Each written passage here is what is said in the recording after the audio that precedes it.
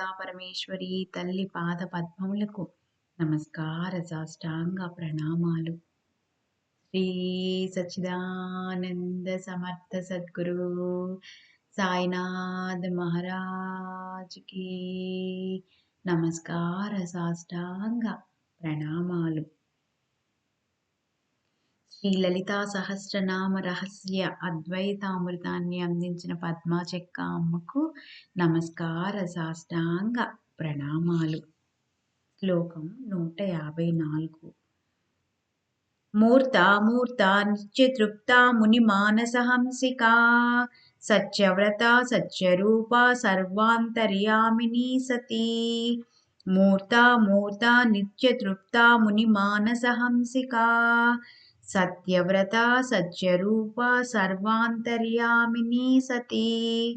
మూర్త రూపము, అమూర్త రూపం లేనిది, నిత్యతృప్త నిత్యం తృప్తిని కలిగింది, ముని మానస హంసిక మునుల మనస్సు యందు విహరించు హంస, సత్యవ్రత సత్యం నందు ప్రీతి కలది, సత్యరూప సత్యమే రూపంగా కలది, సర్వాంతర్యామిని అన్నింటి అంతరములతో ఉండేది, సతీ సత్యమైనది.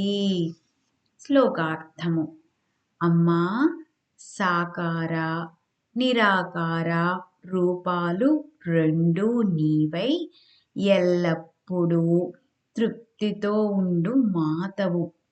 మానవుల మనస్సు అనే సరోవరంలో విహరించుచున్నావు. సత్యమనే వ్రతముగా పాటించు సత్యవ్రతవై సత్యస్వరూపంగా సృష్టి అంతటా వ్యాపించిన సర్వాంతర్యామివి. దక్ష ప్రజాపతి కూతురివి, శివుని అర్ధాంగివైన సతీదేవివి. అద్వైతార్థము. మూర్త అంటే వ్యక్తమైన రూపము, సగుణ సాకారము, భూమి జలము అగ్ని రూపాలుగా వ్యక్తమైంది.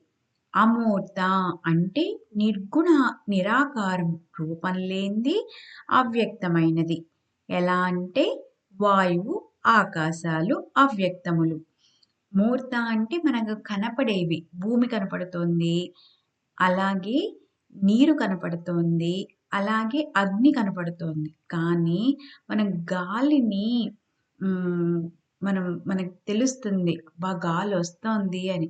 కానీ గాలిని చూడగలమా? చూడలేం. కాబట్టి అవి అమూర్త అని చెప్తున్నారు. నిత్యతృప్త మన ఆత్మ ప్రయాణం ఎప్పుడూ కొనసాగుతూనే ఉంటుంది. ఎన్నో జన్మలు తీసుకొని, ఎన్నో లోకాలు దర్శించి, ఎన్నెన్నో అనుభవాల ద్వారాగా ఆత్మ తన చైతన్యాన్ని విస్తరింపచేసుకుంటూ, జ్ఞానాన్ని శక్తిని పెంచుకుంటూ ప్రయాణిస్తూనే ఉంటుంది. తృప్తిపడి ఆగిపోవడం అనేదే ఉండదు. మనందరం నిత్య తృప్తులమే. నిత్య తృప్త అంటే తృప్తి అనేదే లేదన్నమాట. అందుకనే మనకి ఎన్నో కోరికలు ఎన్నో ఉంటాయి కదా. అలాగా ఆత్మ ప్రయాణం అనేది ఎలా అంటే మనకి మన నిత్య అవసరాలు, మనకు కావలసిన వాటితో పాటు మన ఆత్మ ప్రయాణానికి కావలసిన జ్ఞానాన్ని శక్తిని చక్కగా మనం పెంచుకుంటూ ప్రయాణించాలి. ముని మానస హంసిక మౌనంగా ధ్యానంలో ఉండేవారిని మునులు అంటారు. మునుల మనస్సు నిశ్చలంగా ఉండే సరస్సులాగా ఉంటుంది. అలాంటి మునులు ఉచ్ఛ్వాస నిశ్వాసలనే రూపంలో ఉండే హంసలాగా అమ్మవారు విహరిస్తూ ఉంటుంది. జానులందరూ ముని మానస హంసికలే. ఎందుకు అంటే ముని మానస హంసిక. హంస ఒకటే దాని మీద ఫోకస్డ్గా ఉంటుందంట. బాగా అంటే ఫోకస్డ్ అంటే ఒకటే ధ్యాస దాని మీదే. అట్లా మునులందరూ వారి ఉచ్ఛ్వాస నిశ్వాసలు ఎలా వస్తున్నాయి, ఎలా వెళ్తున్నాయి అనే దాని మీదే ఉంటారు. సత్యవ్రత. వ్రతం అంటే ఒక నియమాన్ని అనుసరించి విధానంగా క్రమ పద్ధతిలో నిర్ణీత సమయానుసారం కార్యాచరణ చేయుట. సత్యం అంటే బ్రహ్మం. ఎన్ని విశ్వములు రూపుదాల్చినా, నశించినా, ఎటువంటి మార్పులను పొందకుండా అనంతంగా శాశ్వతంగా ఉంటుంది. సత్యము అటువంటి సత్యమును అనుభవపూర్వకంగా దర్శించే వ్రతమును సత్యవ్రత అని కీర్తించారు. సత్యరూప. అనంతమైన సత్య స్వరూపమైన నిర్గుణ నిశ్చల బ్రహ్మమే ఆది శక్తి అయి ఉన్నది కనుక సత్యరూప అని కీర్తించారు. సర్వాంతర్యామిని. విశ్వశక్తి అయిన సగుణాకాశమే స్వయంగా పంచభూతాలుగా, సకల నక్షత్ర గ్రహరాశులుగా, సకల జీవ నిర్జీవ రాశులుగా పరిణమించుతూ అన్నీ తానే లోపల బయట అన్నిటి యందు ప్రవర్తింపచేస్తుంది కనుక సర్వాంతర్యామిని అని కీర్తించారు. ఎందుకంటే ఆ తల్లికి తెలవనిది లేదు. ఆవిడ సర్వాలలో అందరిలో ఉన్న అంతర్యామి, మనందరిలో ఉన్న అంతర్యామి. అలాగే యోగ సాధకులు పరిపూర్ణత చెందినప్పుడు సర్వాంతర్యామిత్వాన్ని అనుభూతి చెందుతారు.